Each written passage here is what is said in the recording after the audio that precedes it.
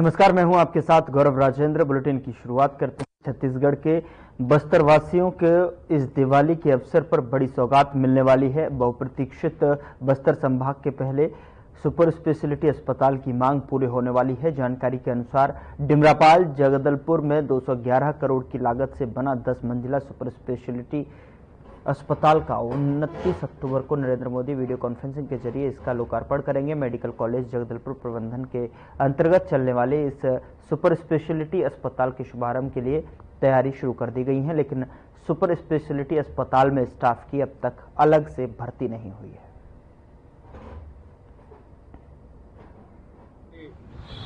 यशस्वी प्रधानमंत्री नरेंद्र मोदी जी जैसे कि गारंटी पे गारंटी देने वाले मोदी जी आप सब जानते हैं।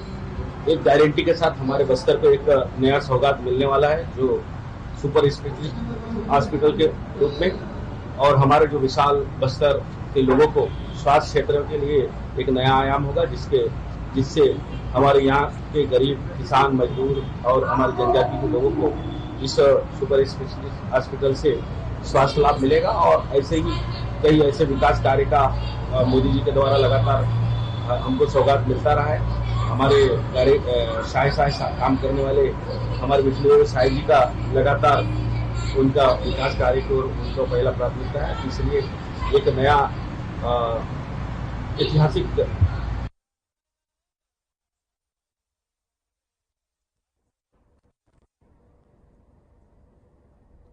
छत्तीसगढ़ राज्य लघु वनोपज फंड मुंशी कर्मचारी महासंघ की तरफ से जिला मुख्यालय कलेक्टर रोड शीतला मंदिर में एक दिवसीय धरना प्रदर्शन किया गया। वहीं बीजेपी पर वादा खिलाफी का आरोप लगाया।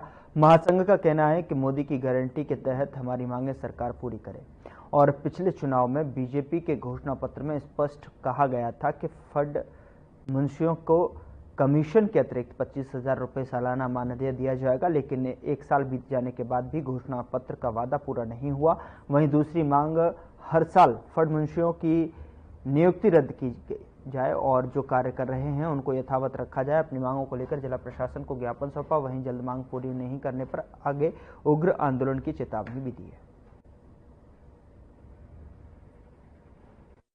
नाम तो रोहिदास सोरी है, मैं नरहरपुर ब्लॉक से बिलोंग करता हूँ। हमारी मांग ये है कि भाजपा के जो घोषणा पत्र है कि हम फंड मुंशियों को कमीशन के अतिरिक्त 25,000 रुपये देंगे करके, वो है प्रमुख मांग। और दूसरी मांगे हमारे ये है कि प्रति वर्ष नियुक्ति अलग से किया जाता है। अलग उसी को भी रखेंगे, लेकिन नियुक्ति को अलग करते हैं वो भी ना किया जाए। हमारी ये मांग है और यथावत रहे। और अगर हमारी मांगे सरकार अगर नहीं मानती है, आगे हमारा उग्र आंदोलन करेंगे। सड़क पर उतर करके हमको सदन तक के जाने को पड़े तो हम सदन तक के जा सकते हैं। मेरा नाम भीमचंद कोठीवार है, मैं जिला उन्या भानुप्रतापपुर का अध्यक्ष हूँ। हमारी मांग ये है कि माननीय प्रधानमंत्री जी ने कमीशन को 25,000 रुपये वार्षिक मानदेय देने की घोषणा की थी, लेकिन साल भर हो चुका है, आज तक वो नहीं दिया है। इसलिए हम प्रदेश स्तर में और उसके आह्वान में आज हमारे कांकेर जिला में आज एक दिवसीय प्रदर्शन कर रहे हैं। अगर वो हमारा मांग को पूरा नहीं करता है तो हम आगे और लड़ाई लड़ेंगे, आंदोलन करेंगे। अभी तो एक ही दिन का हम धरना प्रदर्शन कर रहे हैं, है ना। और एक और हमारी और मांग है शासन प्रशासन से कि हर साल जो हमारी नियुक्ति होती है वो नियुक्ति यथावत रहे। हर साल नियुक्ति जो निकालते हैं आदेश वो बंद किया जाए। बस हमारी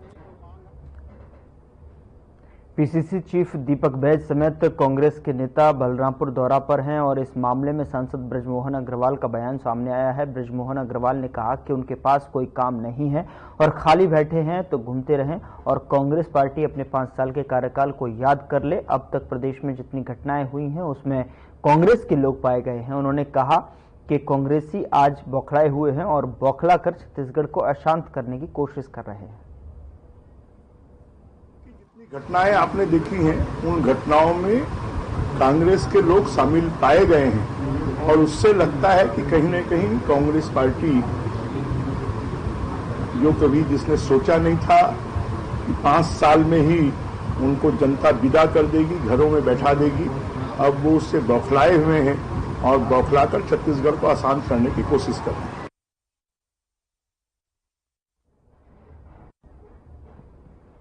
उधर छत्तीसगढ़ में साय कैबिनेट की बड़ी बैठक होने वाली है। बता दें कि मुख्यमंत्री विष्णुदेव साय की अध्यक्षता में ये बैठक होगी और 28 अक्टूबर को नवा रायपुर के मंत्रालय में आयोजित इस बैठक में कई अहम मुद्दों को लेकर चर्चा की जाएगी। बैठक को लेकर मंत्री श्याम बिहारी जायसवाल ने कहा कि संभवतः औद्योगिक नीति पर चर्चा होगी। ताकत के साथ हमारे कार्यकर्ता लग चुके हैं। देखिए, मृत परिवार के प्रति मेरी बेहद संवेदना है। जो मृतक हैं वो मेरे स्वास्थ्य विभाग से भी थे। मैं उनको अपनी ओर से श्रद्धांजलि देता हूं और पूरे परिवार को इस दुख को सहने की भगवान क्षमता दे, शक्ति दे, उसके लिए प्रार्थना भी करता हूं। कांग्रेस के लोग ऐसे शोक संतप्त परिवार से मिलने जाएं, इसमें कोई कहीं दिक्कत नहीं है। हर किसी को जाना चाहिए, मानवता के नाते जाना चाहिए। लेकिन कोई राजनीतिक मंशा लेकर जाना, अगर ऐसी मन में राजनीति हो तो ये गलत है। और मैं बताना चाहूंगा, जहां तक कांग्रेस की बातचीत है, उनके समय में किस प्रकार से पूरा प्रदेश चल रहा था। पूरा प्रदेश अपराध का गढ़ बन गया था। मीडिया को मार रहे थे, नेताओं को मार रहे थे। बदलापुर की आजादी के 77 साल बाद भी लोगों को शौचालय बनाने के लिए दर दर भटकना पड़ रहा है। आपको बता दें कि दरभंगा ब्लॉक जो है लेंद्रा पंचायत से तपती धूप में 25 किलोमीटर दूर जो है जिला कलेक्टर से महिलाएं इसलिए मिलने आई हैं कि उनके पंचायत में शौचालय और पानी नहीं है और ना ही आंगनवाड़ी भवन है। बीते 10 सालों से शौचालय बनाने की मांग करते करते थक इसलिए गई कि उनकी कोई सुनने वाला ही नहीं है। क्या अधिकारी, क्या नेता, सबसे महिलाएं मन्नतें करती रहीं कि साहब शौचालय बनवा दीजिए, मजाल है कोई इनकी समस्या सुन ले। वहीं कलेक्ट्रेट में तपती धूप में मासूम बच्चों को लेकर खड़ी परेशान महिलाओं ने बताया कि वे 10 सालों से शौचालय बनाने की मांग करती आ रही हैं, लेकिन अब तक कोई सुनवाई नहीं हुई।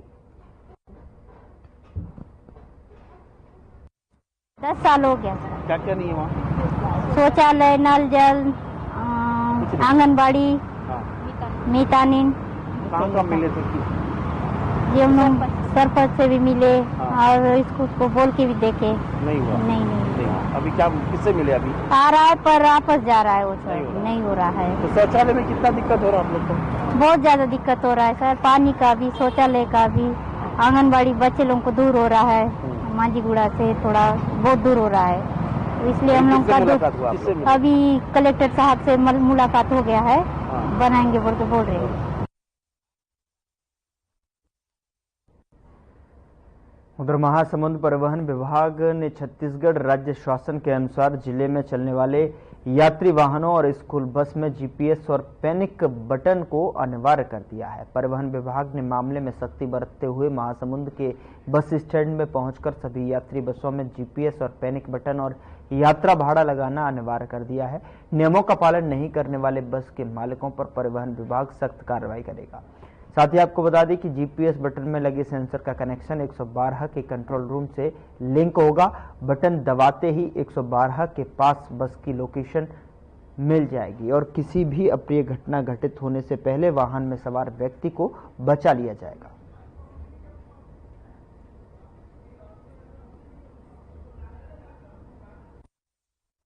देखिए क्या है, किराया सूची के समय में संबंध में कुछ शिकायतें प्राप्त हो रही थी हमको, और हमारे परिवहन आयुक्त महोदय के द्वारा भी निर्देशित किया गया है कि सभी जो चल रही है आपके जिले में बसें, उसमें सभी में किराया सूची चस्पा किया जाए जो शासन ने दर निर्धारित किया हो। तो हम कल सभी बस में महासमुंद बस स्टैंड से जितने भी बस निकलती है सभी रूट के, उसमें किराया सूची जो शासन द्वारा निर्धारित है वो चस्पा किए हैं और सभी बस वालों को चेतावनी दिए हैं कि ये निर्धारित दर के अनुसार ही किराया लें, और उन लोग सूचित किया गया है कि यदि इसके पश्चात कोई शिकायत प्राप्त होती है तो नियमानुसार आप कार्रवाई की जाएगी। अभी विभाग द्वारा कोई ऐसा टोल फ्री नंबर तो जारी नहीं किया गया है और अभी जनता की सुविधा के लिए कोई परिस्थिति होती है उसके लिए पैनिक बटन लगाया जा रहा है। बसों में जीपीएस के माध्यम से जोड़ा गया है और पैनिक बटन लगाया गया है जिसका कंट्रोल रायपुर में 112 के कार्यालय में है। जैसे मान लो कोई गाड़ी दुर्घटना हो गई या किसी के साथ कुछ अनैतिक व्यवहार हुआ, ये है उस संबंध में शिकायत पैनिक बटन दबाने से उसकी जो कॉल कंट्रोल रूम में जाएगी, कंट्रोल रूम से तुरंत लोकेट हो जा रही है, गाड़ियां जो है लोकेट हो जाती है, तुरंत उसको मालिक के पास में फोन आ जाता है कि आवश्यकता है। उधर आईआईटी भिलाई के चतुर्थ दीक्षांत समारोह में राष्ट्रपति द्रौपदी मुर्मू शामिल हुई, जहां राज्यपाल रमेन डेका और मुख्यमंत्री विष्णुदेव साय सहित अन्य जनप्रतिनिधियों ने पुष्प भेंट कर उनका आत्मीय स्वागत किया।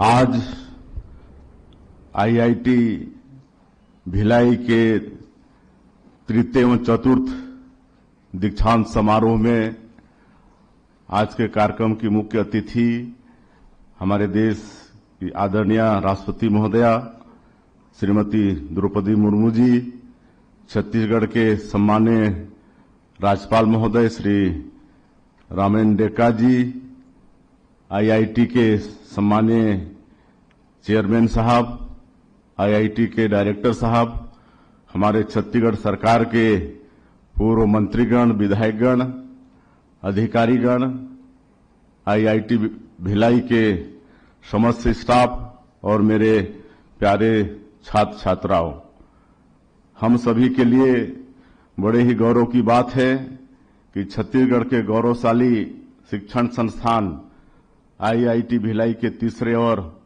चौथे संयुक्त दीक्षांत समारोह में देश की राष्ट्रपति श्रीमती द्रौपदी मुर्मू जी उपस्थित हैं। इस मंच पर उनकी उपस्थिति से मैं स्वयं को भी गौरवान्वित अनुभव कर रहा हूं। आज की इस अवसर पर वर्ष 2023 और वर्ष 2024 बैच के जो विद्यार्थी अपनी दीक्षा पूरी कर रहे हैं, उन सभी को, उनके माता पिता को और उनके प्राध्यापकों को मैं बहुत बहुत बधाई देता हूं। इस संस्थान का शिलान्यास हमारे यशस्वी प्रधानमंत्री श्री नरेंद्र मोदी जी ने 14 जून 2018 को किया था। संस्थान के इस आधुनिक स्थायी परिसर को उन्होंने 20 फरवरी 2024 को राष्ट्र को समर्पित किया था। छत्तीसगढ़ में माननीय प्रधानमंत्री जी ने आईआईटी भिलाई जैसे गौरवशाली संस्थान की नींव रखी तो उन्होंने इस राज्य के स्वर्णिम भविष्य की भी नींव रख दी। यह समय तकनीक का समय है। जिस देश और प्रदेश के पास तकनीक की ताकत होगी वह उतनी ही तेजी से विकास करेगा। आज भारत दुनिया की तीसरी बड़ी अर्थव्यवस्था बनने की ओर अग्रसर है। हम विकसित भारत और विकसित छत्तीसगढ़ निर्माण का संकल्प लेकर आगे बढ़ रहे हैं। यह लक्ष्य तकनीक को हासिल किए बिना हासिल नहीं किए जा सकते। यह हमारा सौभाग्य है कि राज्य में आईआईटी भिलाई के साथ साथ ट्रिपल आईटी, एनआईटी जैसे उत्कृष्ट संस्थान मौजूद हैं। ये संस्थान तकनीक से लैस एक ऊर्जावान पीढ़ी का निर्माण कर रहे हैं जो देश और राज्य के आर्थिक विकास में महत्वपूर्ण भूमिका निभाने वाली है। आज जो विद्यार्थी यहाँ डिग्रियां प्राप्त कर रहे हैं उन्हें निश्चित रूप से इस बात पर भी गर्व होगा कि उन्होंने देश के सर्वश्रेष्ठ संस्थानों में एक आईआईटी भिलाई से शिक्षा प्राप्त की है। आईआईटी भिलाई हमारे राज्य में एक अत्याधुनिक आईटी पार्क की स्थापना के लिए हमारी सरकार के साथ मिलकर काम कर रहा है। यह इस राज्य का पहला आईटी पार्क होगा। इससे सूचना प्रौद्योगिकी के साथ साथ स्मार्ट मैन्युफैक्चरिंग, परिवहन, एग्रीटेक और हेल्थ टेक के क्षेत्र में भी युवाओं के लिए अवसर खोलेंगे। इसी तरह आईआईटी भिलाई हमारी सरकार के साथ मिलकर छत्तीसगढ़ में एक विद्या समीक्षा केंद्र स्थापित करने का काम कर रहा है। यह केंद्र छत्तीसगढ़ के स्कूलों के लिए के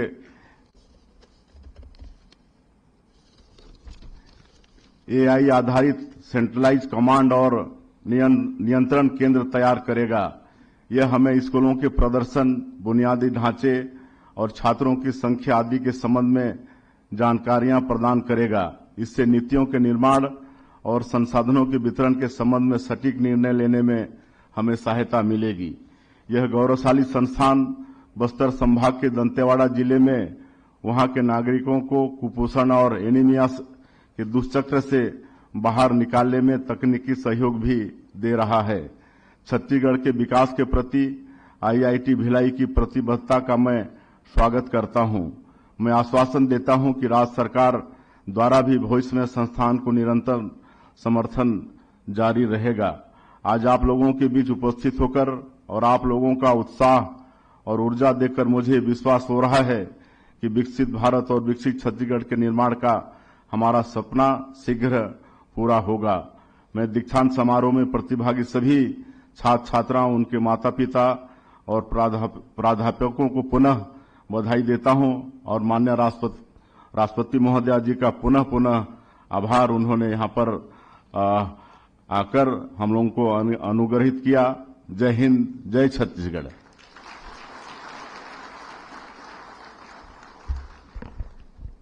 I now invite the guest of honor, Honorable Governor of Chhattisgarh, Shri Ramen Dekha, to come and speak.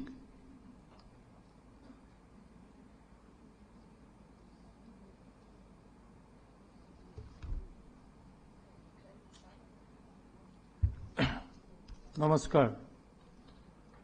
Srimati Draupadi Murmu, Honorable President of India, Sri Vishnu Dev Sai, Honorable Chief Minister of Chhattisgarh, Sri K. Venkataraman, Chairman Board of Governors, IIT Bhilai, Sri Rajiv Prakash, Director, IIT Bhilai, Honorable MLAs, Professors, and my dear students and parents and guardians.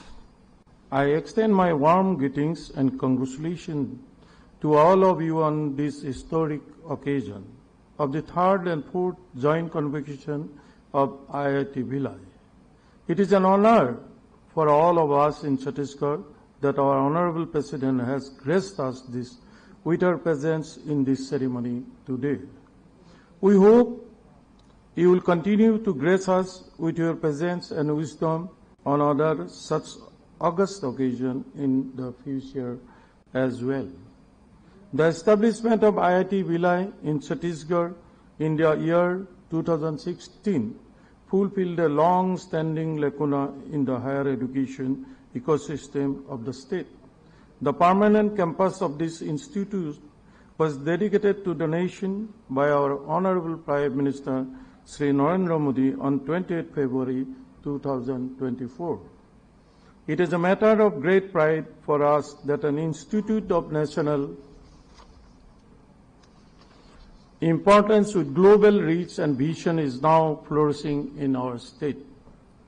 Within a short span of time, this institute has made significant progress in carving its space in the hearts and minds of the people of Chhattisgarh.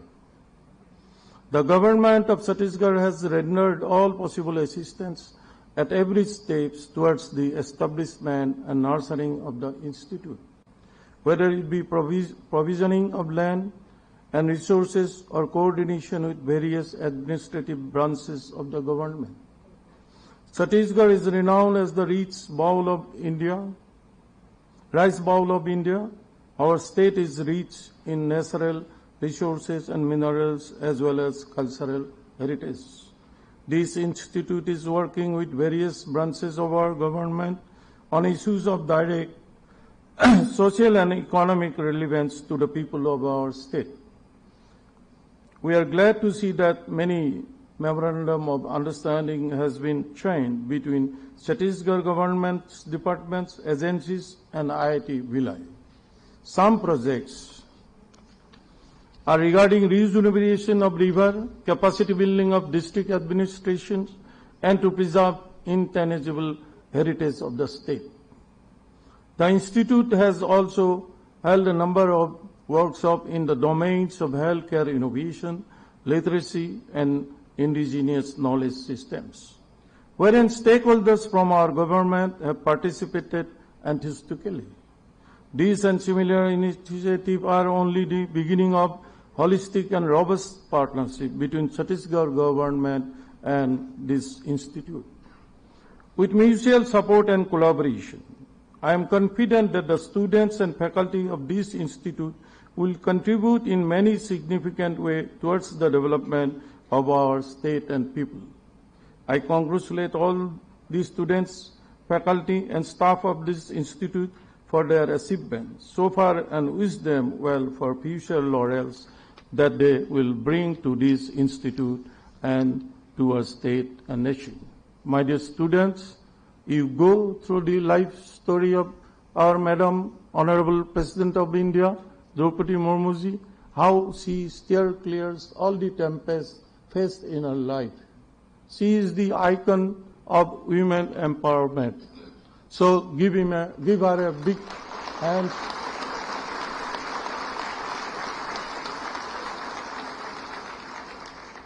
Once again, I thank Honorable President for her gracious presence in this occasion. All the best, my dear students. Thank you. Jai Hind, Jai Chhattisgarh.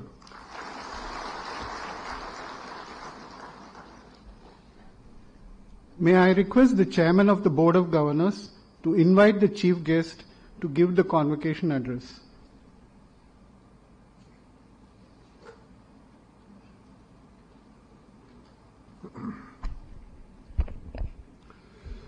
Before I invite our inspiring President, Srimati Draupadi Murmu, let me just, since she has such an inspiring biodata, let me just give you a brief of her biodata. Srimati Draupadi Murmu was sworn in as the 15th President.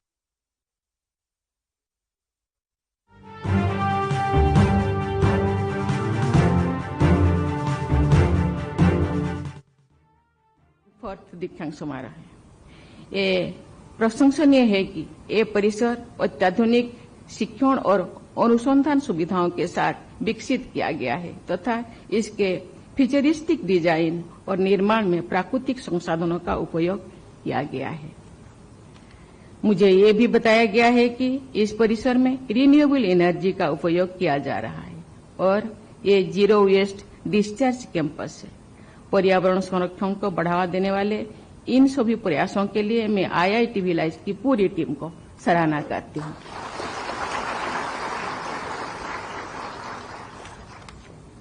ये प्रसन्नता की बात है कि अपनी स्थापना के 8 वर्षों से ही IIT भिलाई ने युवाओं की शिक्षा संबंधी आकांक्षाओं को पूरा करने की सफल प्रयास किए हैं। छत्तीसगढ़ की धरती आदिवासी संस्कृति और परंपराओं से समृद्ध है। जनजातीय समाज के लोग प्रकृति को करीब से समझते हैं और सदियों से पर्यावरण के साथ समन्वय बनाकर जीवन यापन करते हैं। आदिवासी भाई बहन प्राकृतिक जीवन शैली के माध्यम से संचित किए हुए ज्ञान का भंडार है। इसको समझकर और उनकी जीवन शैली में से सीखकर हम भारत के सतत विकास में महत्वपूर्ण योगदान दे सकते हैं। लेकिन देश का संपूर्ण विकास तभी संभव है यदि हमारे जनजातीय भाई। IIT भिलाई दीक्षांत समारोह में आप सुन रहे थे राष्ट्रपति द्रौपदी मुर्मू को, जिसमें कि उन्होंने अपने संबोधन में वहां पर संबोधित किया। फिलहाल बुलेटिन में इतना ही। नमस्कार।